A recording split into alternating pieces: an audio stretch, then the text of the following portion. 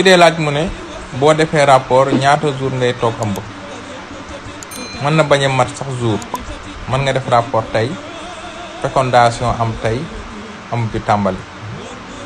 mën nga defi rapport nga toog maximum juróomi fan doo di jël ëmb maanaam fécondation doo di am. li waral loolu mooy durée de vie spermatozoïde yi am na ñu ne mën na dem ba juróomi fan. cela veut dire que boo defee rapport spermatozoïde yi mën nañ nekk di dund ci biir ëmb jigéen ba juróomi fan mu doon di mën a jël am fécondation doon di am parce que mën na fa nekk di xaar ovule.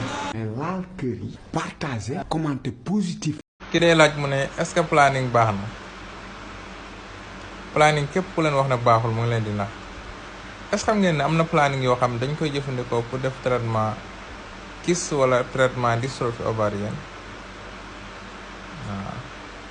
est-ce que xam ngeen ne planning indirectement dañuy dimbale pour ñu diminuer la mortalité maternelle infantile et néonatale donc nañu bàyyi caaxaan yi képp ku la naan planning baaxul nga leen ko def. ki dee laaj mu ne